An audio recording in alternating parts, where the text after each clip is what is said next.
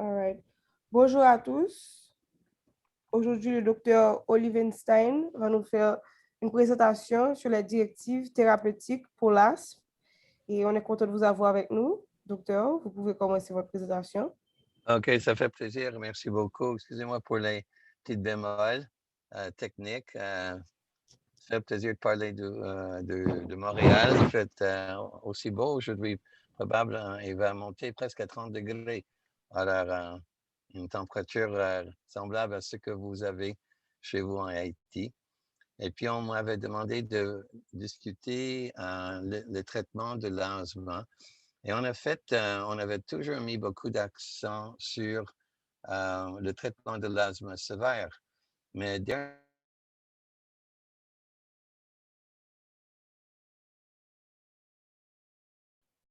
Oh, sorry, you're muted.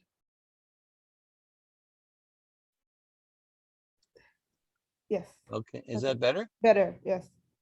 OK, excusez-moi de nouveau. Merci pour tout. Vous m'avez demandé de discuter le traitement de l'asthme. Et en fait, la plupart du temps, on met l'accentuation sur le traitement de l'asthme sévère. Mais dans les dernières 2 années, les autorités mondiales qui s'appellent GINA, Global Initiative for Asthma, et dans d'autres pays, y compris le Canada, avaient jeté un coup d'œil sur le traitement de l'asthme léger et modéré.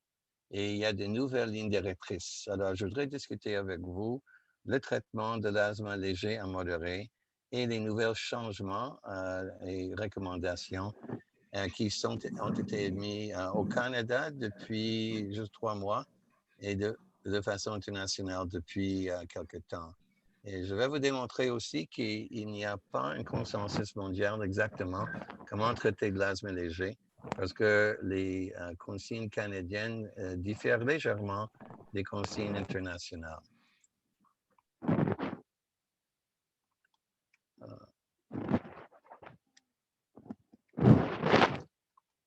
Suivant. Okay. Comment avancer? Excuse-moi. OK, j'ai des conflits d'intérêts. Je travaille avec beaucoup de compagnies pharmaceutiques, mais j'espère que mes conflits sont assez partagés parmi toutes ces compagnies. Et ce sont les objectifs.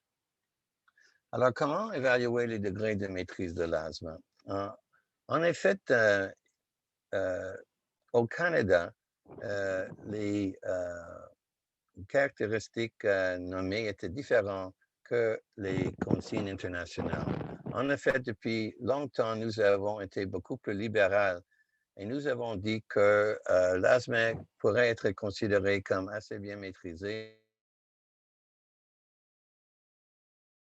par semaine, s'il se réveillait la nuit à cause de l'asthme une fois par semaine, etc., etc. C'est un peu plus strict. Et en effet, il demandait qu'on traite l'asthme jusqu'à ce qu'on pourrait avoir un contrôle assez bien que les patients n'ont que très peu de symptômes. Peut-être utiliser leur bêta-agoniste de secours 1 ou 2 fois par semaine, d'avoir une activité normale, de ne pas se réveiller à cause des symptômes d'asthme. Et dans les nouvelles lignes directrices canadiennes, nous avons adopté les consignes canadiennes. Encore, je voudrais vous rappeler que beaucoup de nos patients, où on pense qu'ils font de l'asthme, ne font pas de l'asthme. Une étude canadienne avait démontré que chez des patients avec un diagnostic de l'asthme donné par un médecin, 30% n'avaient pas de l'asthme quand on faisait des tests de souffle détaillés. Alors, on sait que la spirométrie n'est pas disponible un peu partout, mais éventuellement, on préfère on recommande que le diagnostic de l'asthme, qui est souvent fait de façon clinique, même ici au Canada, soit confirmé par des tests de spirométrie. En effet, comme il s'agit d'une maladie qui va perdurer pendant toute la vie, même s'il y a des délais pour faire le diagnostic, ce n'est pas trop grave. On pourrait certainement commencer à traiter de l'asthme avec une suspicion clinique, mais éventuellement, on aimerait bien que, une fois que la spirométrie soit disponible, d'essayer de confirmer le diagnostic. En effet, une autre façon de suivre de l'asthme, si on n'a pas de spirométrie disponible, c'est de poser des questions. Et il y a des questionnaires qui sont standardisés et qui ont été approuvés dans beaucoup de langues, y compris le français. Et celui qu'on utilise le plus chez nous, c'est ce qu'on appelle le ACQ-6, le Asthma Control Questionnaire. Il y a 6 questions là-dessus, avec un score entre 0 et 6, avec 0, peu de symptômes, et 6, beaucoup de symptômes. Alors, on peut calculer un score entre 0 et 36. On divise par 6, et puis on a un score entre 0 et 6. Et le plus bas le score, le mieux maîtrisé de l'asthme. Et en effet, si le score est en dessous de 1, on a un asthme très, très bien maîtrisé. Et si le score dépasse 1,5, l'asthme est moins bien maîtrisé. Aussi, on sait qu'une amélioration dans ce score de 0,5 points est significatif du point de vue clinique. Alors, si on utilise ce genre de score, et on a un score de 2,5 par exemple, et puis on ajoute un traitement, et quelques mois plus tard, on pose les mêmes questions, et le score a diminué à 2, il s'agit d'un changement de 0,5, ce qui indique une amélioration significative du point de vue clinique. Alors, ça, c'est quelque chose qui est vraiment facile à utiliser et qu'on utilise chez la plupart de nos asthmatiques et on trouve ça très utile. OK. Le traitement de l'asthme. Commençons avec une question. Lesquels de ces médicaments est le pire à prescrire pour l'asthme léger? Je vous donne plusieurs choix, mais vous allez voir, ils sont tous pareils. Le bêta-agoniste de courte durée d'action, ça veut dire l'albuterol, salbutamol, car ils sont des mauvais médicaments, ils sont associés avec des mauvais résultats chez les asthmatiques, comme les visites à la salle d'urgence et une augmentation de mortalité. Est-ce que c'est vrai? Les bêta-agonistes de courte durée d'action ne sont pas des bons médicaments parce qu'ils ne sont pas chers. Alors, on peut les utiliser, on peut les abuser facilement. Et les bêta-agonistes de courte durée d'action sont des mauvais médicaments parce qu'ils n'ont pas d'action anti-inflammatoire. Mais on peut se demander si vraiment ce soit nécessaire chez les asthmatiques légers. Et en effet, c'est tous les choix. En effet, les bêta-agonistes sont des mauvais médicaments pour traiter de l'asthme. Mais c'est des médicaments les plus utilisés dans le monde. Alors, c'est un paradoxe que le médicament le plus utilisé dans le monde pour traiter de l'asthme est en effet un médicament qui, à la longue, n'est pas sécuritaire pour l'asthme. Et en effet, les anciennes consignes internationales avaient accepté l'utilisation des bêta-agonistes de courte durée d'action chez des asthmatiques très légers. Et en effet, c'était le médicament de secours le plus recommandé. Alors, pour des patients en étape 1, ça veut dire un asthme très, très léger, on proposait la possibilité d'utiliser des corticomédicaments en inhalation, mais ce n'était pas obligatoire. Et pour des patients assez légers, on laissait utiliser des Ventolin de temps en temps. Mais on avait appris que ce n'est pas nécessairement la meilleure chose à faire. Et on peut démontrer sur ces graphiques la proportion de monde qui font des exacerbations. Et ici, je vais vous indiquer des patients âgés entre 18 et 54. Et le petit graphique jaune-verte démontre des patients avec un asthme le plus léger. Mais quand même, à peu près 20% font des exacerbations de façon annuelle. En effet, entre 12 et 36% des patients avec l'asthme le plus léger font des exacerbations quand même. Alors, et ce sont des patients qui souvent n'utilisent que de Ventolin ou un bêta-agoniste de courte durée d'action de façon au besoin. Et ils n'utilisent pas du tout des corticomédicaments en inhalation. Je pense que une bonne proportion de vos patients probablement se trouvent dans cette situation, chez nous aussi.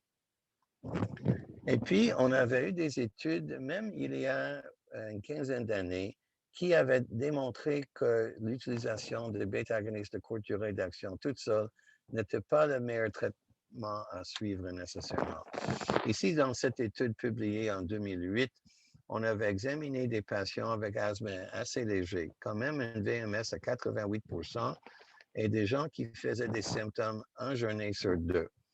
Et on les avait randomisés à utiliser de l'albuterol, c'est comme le salbutamol, de façon aléatoire, juste quand on avait eu des symptômes. Et on avait comparé ça à un traitement avec une bêta-agoniste de courte durée d'action combinée avec de fluticasone, une anti-inflammatoire, une corticostéroïde en inhalation. Et en effet, on avait vu qu'on avait suivi des patients, et ici, même après une demi-année, 20% des patients, et ce sont, je vous rappelle, des patients avec asthme très léger, 20% de ces patients ont une exacerbation importante. Et les patients qui utilisaient une combinaison d'une corticostéroïde en inhalation et le bêta-agoniste à courte durée d'action, au besoin, n'avaient pas beaucoup d'exacerbations. Mais malheureusement, en Amérique du Nord et dans la plupart de l'Europe, une combinaison d'une bêta-agoniste de courte durée d'action avec une corticostéroïde comme le fluticasone, par exemple, n'existe pas. Nous n'avons pas ce genre de combinaison. Je ne sais pas si vous en avez chez vous. Je sais que ça existe dans plusieurs pays d'Amérique du Sud, mais en Amérique du Nord et en Europe, une combinaison d'une corticostéroïde en inhalation avec une bêta-agoniste de courte durée d'action n'existe pas. Est-ce que l'asthme nécessite, est-ce que tous les asthmatiques, en principe, devraient utiliser des médicaments anti-inflammatoires? En effet, on sait que l'asthme, c'est une maladie inflammatoire, qu'il y a de l'inflammation qui s'installe au niveau des bronches, et cette inflammation est responsable pour l'enflure et d'inciter la bronchoconstriction. Alors, même si un médicament comme une bêta-agoniste de courte durée d'action pourrait soulager temporairement les symptômes, la maladie va persister si on n'utilise pas un médicament anti-inflammatoire. Et aussi, on sait que les corticostéroïdes en inhalation sauvent des vies. Et ici, ce qui est venu de notre université il y a une vingtaine d'années, qui avait démontré que le plus qu'on utilise les corticostéroïdes en inhalation, ici par exemple 12 inhalateurs par année, le moins de mortalité. Et en effet, même si des gens utilisent la moitié de corticostéroïdes prescrits, ou même le quart des médicaments prescrits, la mortalité est beaucoup diminuée. Et c'est ce qu'on voit chez nous. Il n'y a quasiment aucune mortalité due à l'asthme. Ça ne veut pas dire que la maladie est bien maîtrisée. Mais en termes de mortalité, le plus de corticostéroïdes en inhalation qu'on utilise, le moins de mortalité, le moins de gens qui meurent de cette maladie. Et en effet, maintenant au Canada, avec 40 millions de personnes, on a 250 décès par l'asthme par année. C'est encore trop, mais quand même, c'est le tiers de ce qu'on voyait il y a des années. Et ça, c'est dû à l'utilisation des corticostéroïdes en inhalation par la plupart de nos patients.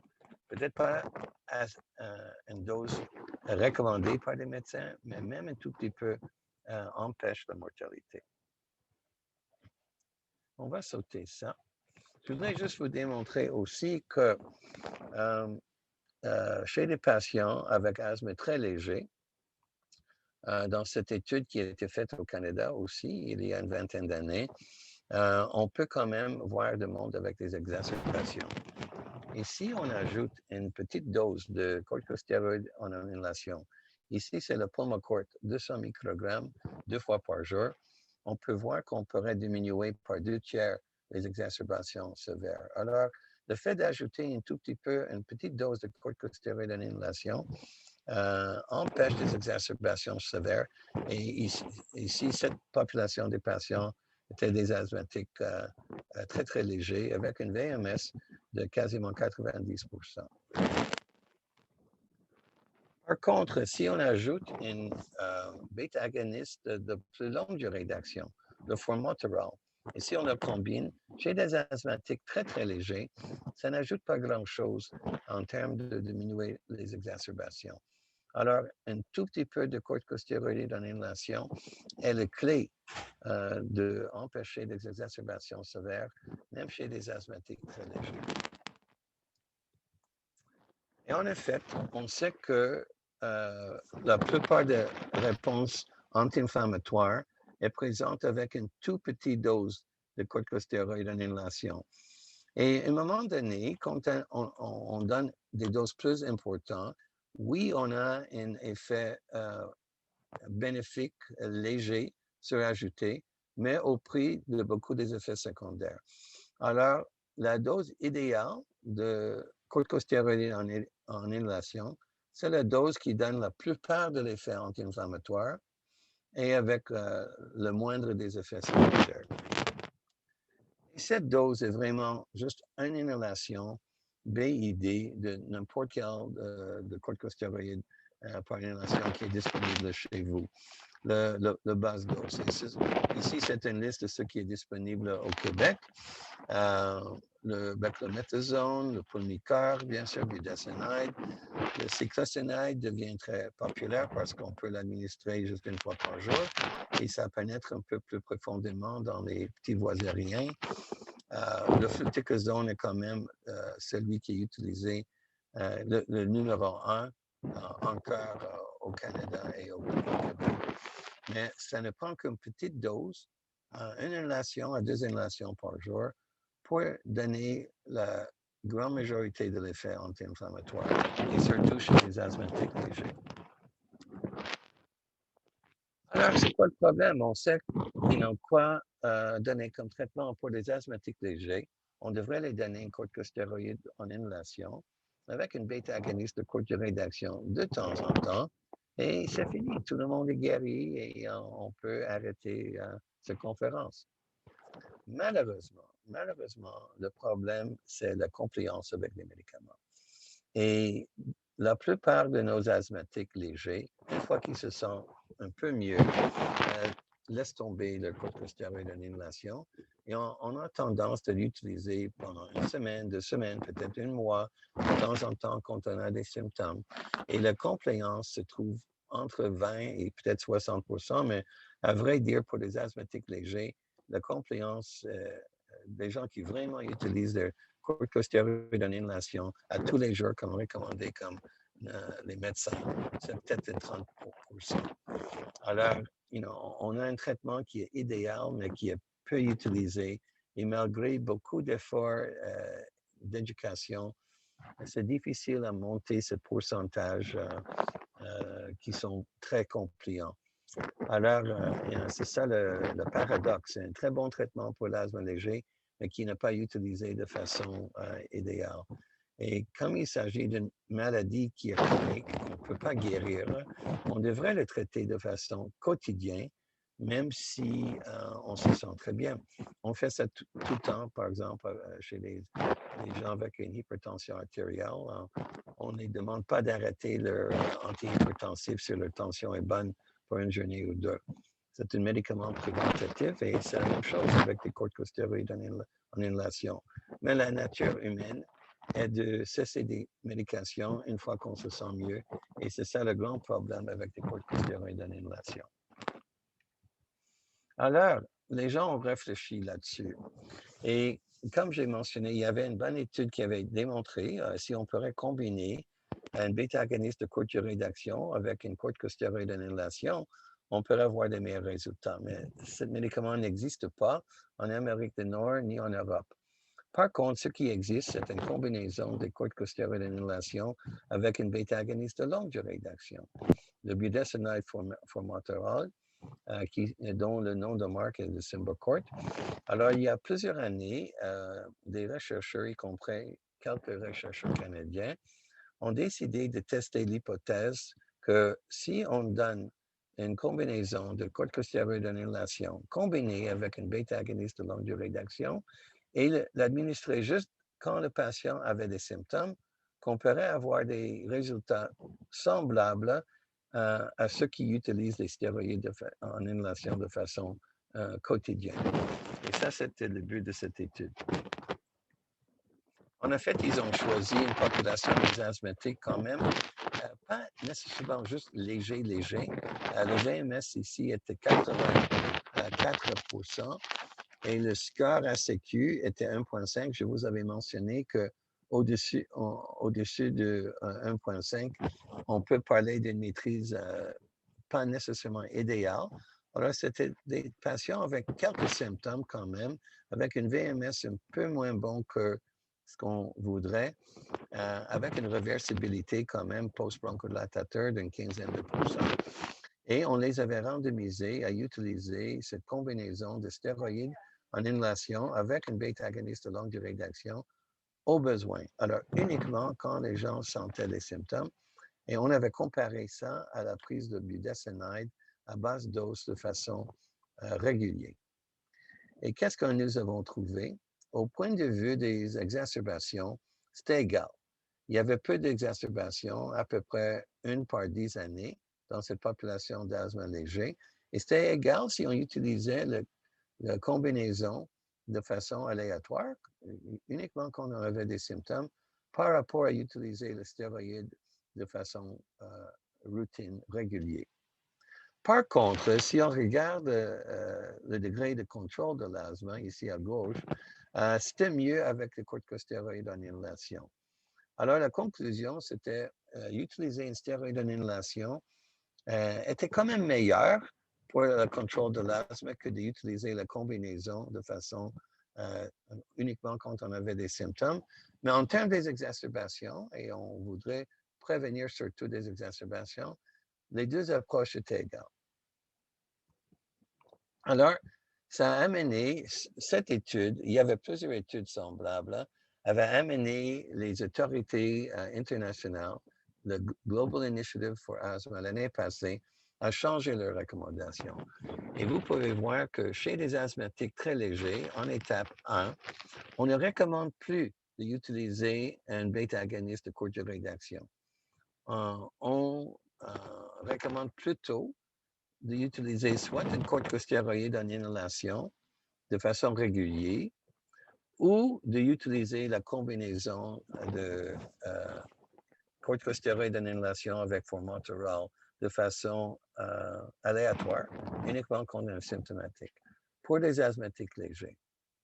Alors, c'est vraiment un changement majeur dans leur approche. Et c'était pour des patients un peu plus malades, en étape 2 et 3, qu'on avait recommandé formellement d'utiliser soit un stéroïde de façon régulière ou on pourrait substituer un bêta-agoniste de longue durée d'action combiné avec une corticostéroïde en inhalation de façon aléatoire, uniquement quand le patient avait des symptômes. Mais ils ont recommandé ça juste pour les combinaisons combinées avec formoterol, parce que formoterol est une bêta-agoniste de longue durée d'action, mais le début d'action est très rapide, aussi rapide que la salbutamol.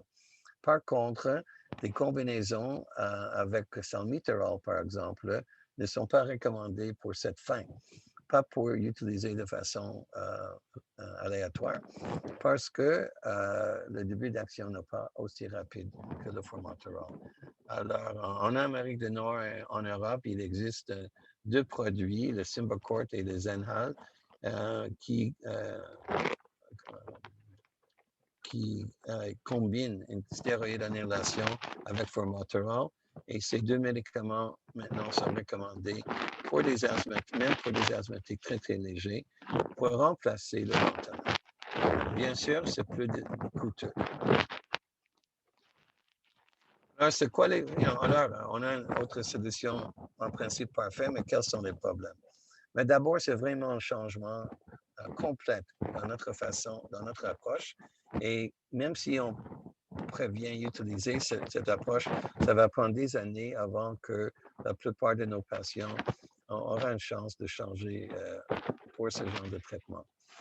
Comme je vous avais démontré aussi, les études avaient combiné des patients avec l'asthme très léger avec certains patients un peu plus malades.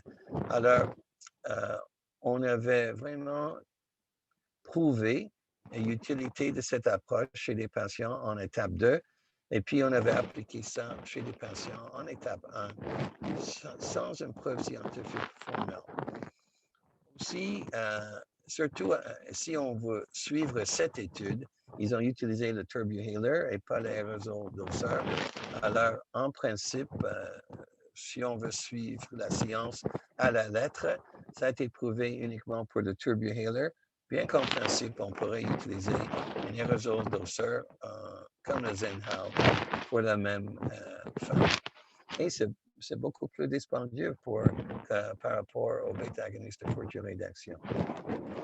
Mais le GINA Guidelines, ils ont vraiment mis l'emphase sur le fait que les gens qui utilisent les bêta-agonistes de courte durée d'action sont en risque de faire des exacerbations sévères, comme il n'y a pas de médicaments anti-inflammatoires dedans, et ils risquent une mortalité.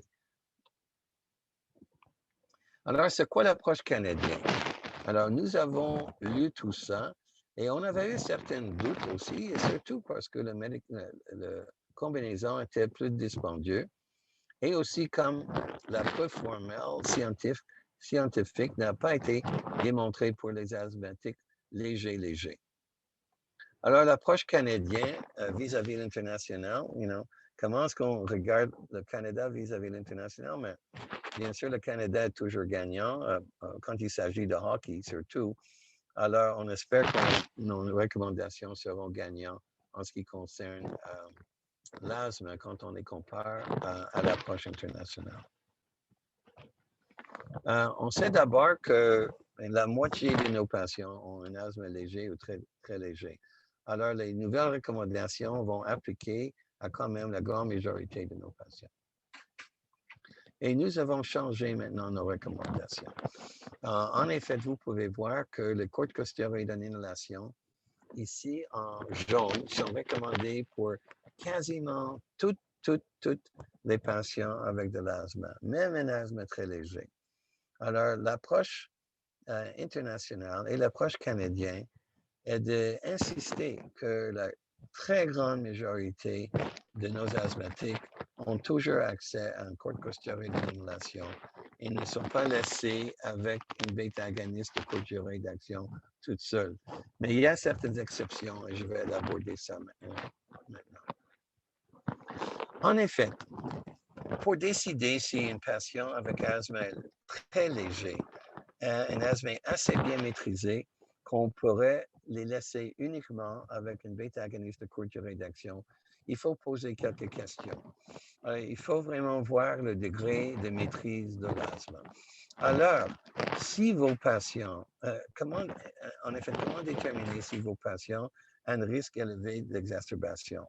Mais s'ils ont eu des exacerbations dans le passé, ou selon les critères que je vous avais démontrés tantôt, ils ont mauvaise maîtrise de l'asthme. Par exemple, ils ont besoin d'utiliser des bêta-agonistes de courte durée d'action plus que 3 ou 4 fois par semaine.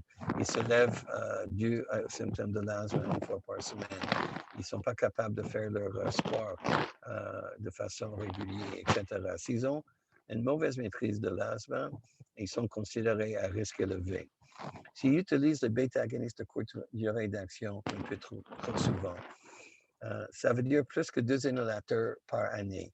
Vous savez qu'il y a 200 doses dans un dispensaire de salbutamol. Alors, si on utilise 2 par année, ça veut dire à peu près 1 dose par jour.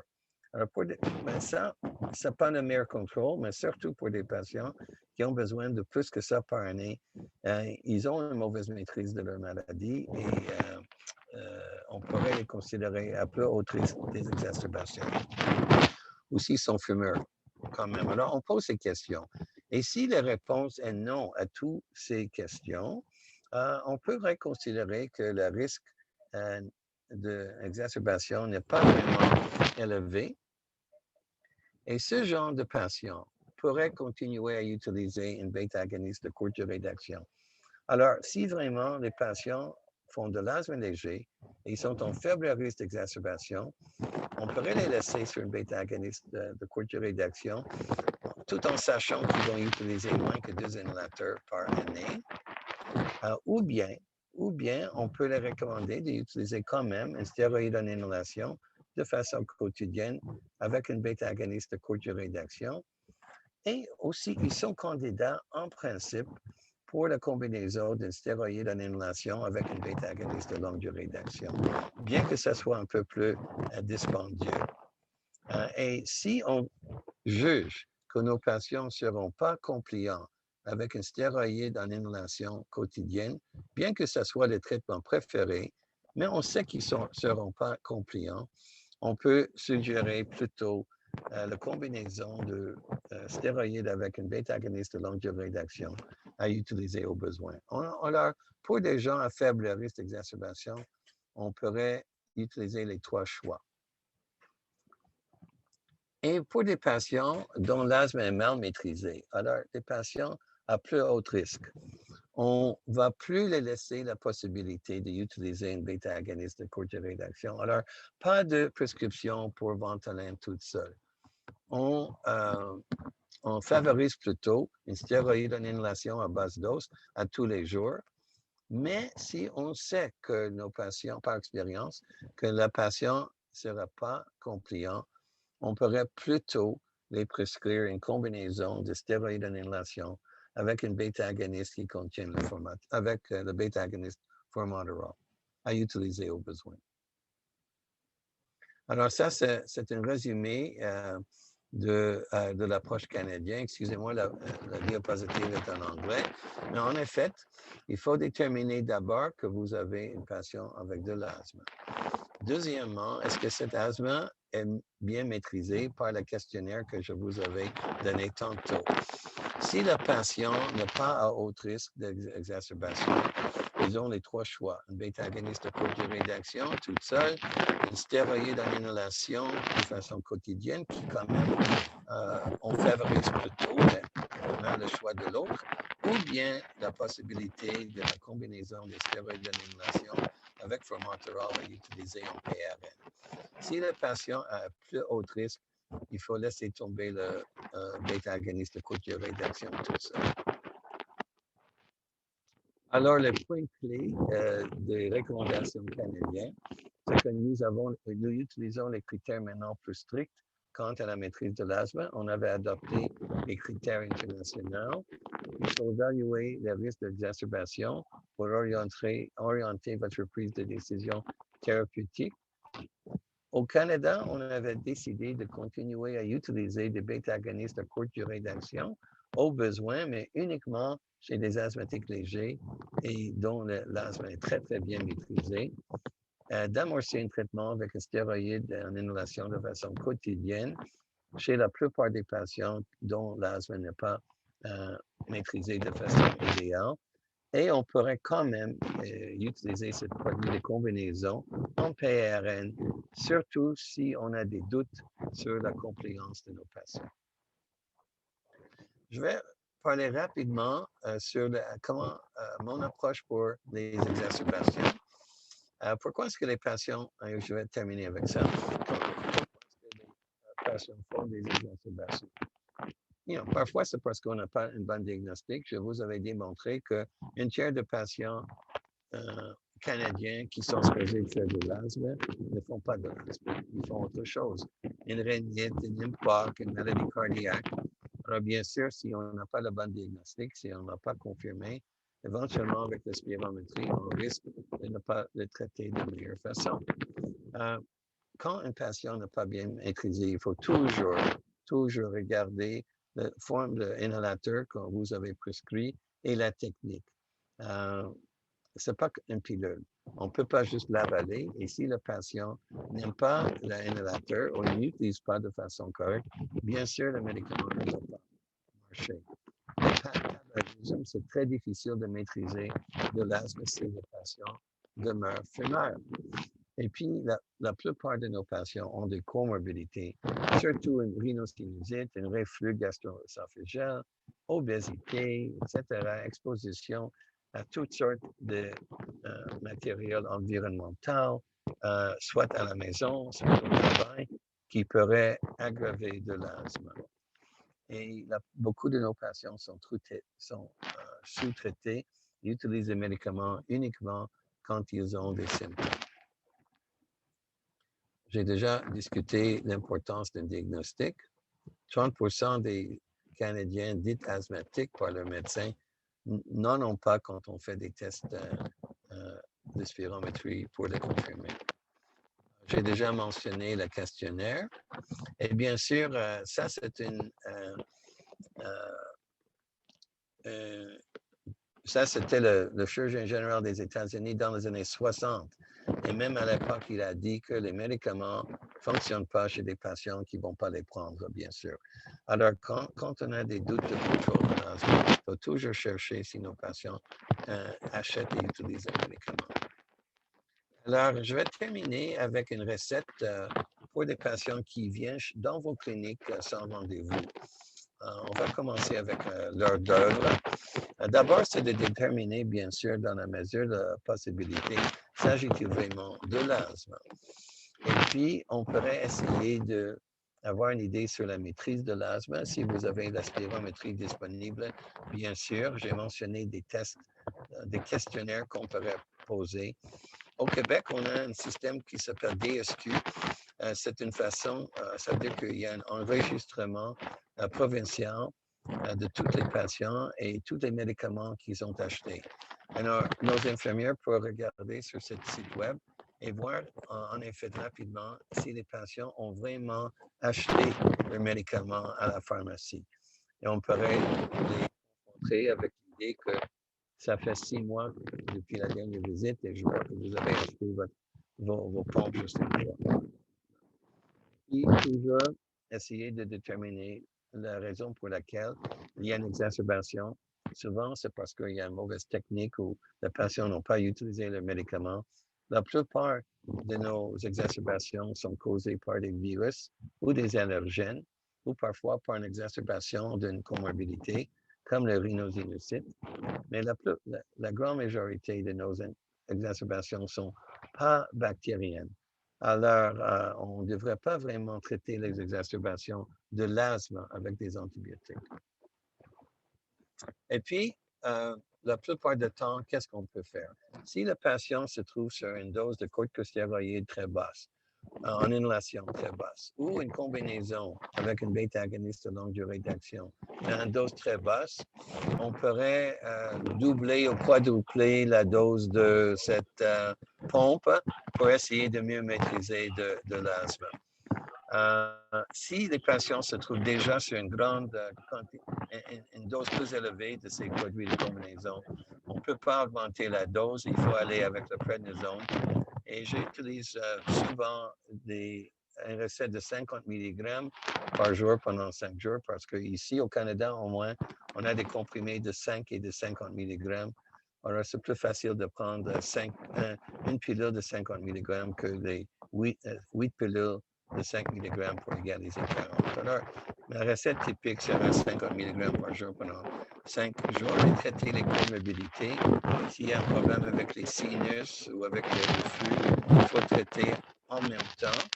Le patient ne devrait pas jamais sortir avec une prescription pour bêta-agoniste de courte durée d'action uniquement.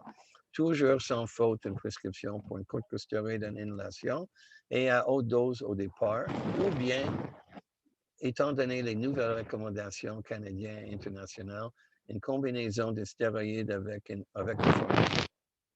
Pas d'antibiotiques à moins que vous êtes vraiment persuadé qu'il y a une infection bactérienne.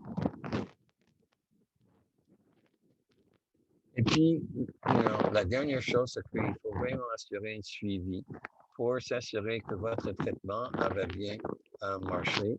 On pourrait toujours considérer, après des exacerbations, d'augmenter le traitement de base. Alors, si le patient prenait un stéroïde de façon, en inhalation de façon routine, peut-être considérer à ajouter une bêta-agoniste de longue durée d'action. s'ils étaient déjà sur une combinaison, peut-être considérer à augmenter la dose de cette combinaison. De chercher peut-être un avis de spécialiste chez des gens qui font beaucoup d'exacerbation et d'assurer la prise en charge. Ça, c'est la chose la plus importante. Alors, je vais conclure en vous disant qu'il existe à l'heure actuelle des nouvelles lignes directrices internationales et canadiennes pour traiter de l'asthme léger. On était très concernés par le fait que des gens qui utilisaient que des bêta-agonistes de courte durée d'action se trouvaient en risque de faire des grosses exacerbations, se trouvaient en milieu hospitalier et même augmenter la mortalité. Alors, on avait mis l'emphase sur le fait que tout le monde devrait, ou presque tout le monde, devrait prendre une corticosteroïde en inhalation et étant donné le fait que la compliance avec ce genre de traitement est souvent basse, on avait ajouté la possibilité d'utiliser une corticosteroïde en inhalation avec une bêta-agoniste de longue durée d'action de façon PRL. Et ça donne des résultats quand même assez acceptables, mais dans certains pays, probablement, et même ici, certainement, chez des patients qui n'ont pas d'assurance, par exemple, ça devient un traitement un peu plus dispendieux et peut-être pas accessible à tout le monde. En effet, ce qui serait une grande préférence éventuellement, c'est d'avoir une corticostéroïde en inhalation combinée avec une bêta-agoniste de courte durée d'action, comme on avait utilisé dans cette étude italienne que je vous avais démontré au départ de mon discours. Et malheureusement, ce n'est pas encore disponible ni en Amérique du Nord, ni en Europe, mais peut-être c'est disponible chez vous. Et si vous avez ce genre de combinaison, ce serait vraiment une meilleure prescription que de bêta-agonistes de courte durée d'action tout court. Alors, je vais arrêter. Oui, je vais arrêter avec ça. C'est le piqûre, le vaccin anti-COVID, bien sûr. Et on va essayer de terminer sur un petit high. Hier, c'était annoncé au Québec que dans 2 semaines, étant donné que le taux de vaccination était très élevé, qu'on serait capable d'enlever nos masques chez nous et de commencer à recevoir des petits groupes de 4 à 8 personnes pour un souper à l'extérieur. Alors, je vous souhaite beaucoup de succès dans votre bataille contre le COVID. Et je suis prêt à répondre à vos questions. Merci.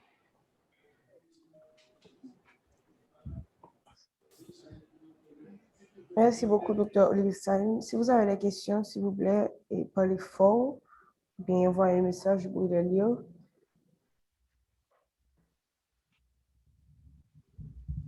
Oui, allô, bonjour. Bonjour. Bonjour.